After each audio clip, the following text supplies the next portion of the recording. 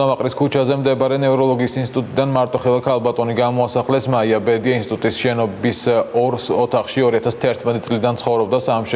საცხოვრებელი მას იპოთეკი დატვირთული ჰქონდა ვალის გადაუხდელობის გამო აღსრულების ბიურო მის ბინიდან გამოასახლა.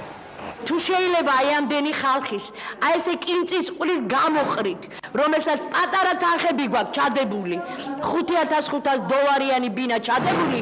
ჩემი ნაზი ჯოლბორდი 25,000-ად მიყიდის აი ამ ბინას არის ეს საშველი არის მასიურად მიმდინარეობს გამოსახლებები დღეში მინიმუმ 10 ოჯახი მაინც რჩება ქუჩაში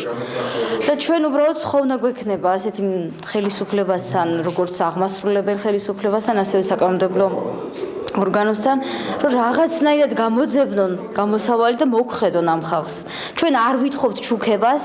არ ვითხოვთ იმას რომ ამ თანხებს არ გადავიხდით უბრალოდ რაღაცა გამოსავალი მოძებნონ ან რაღაცა მოლაპარაკების გზით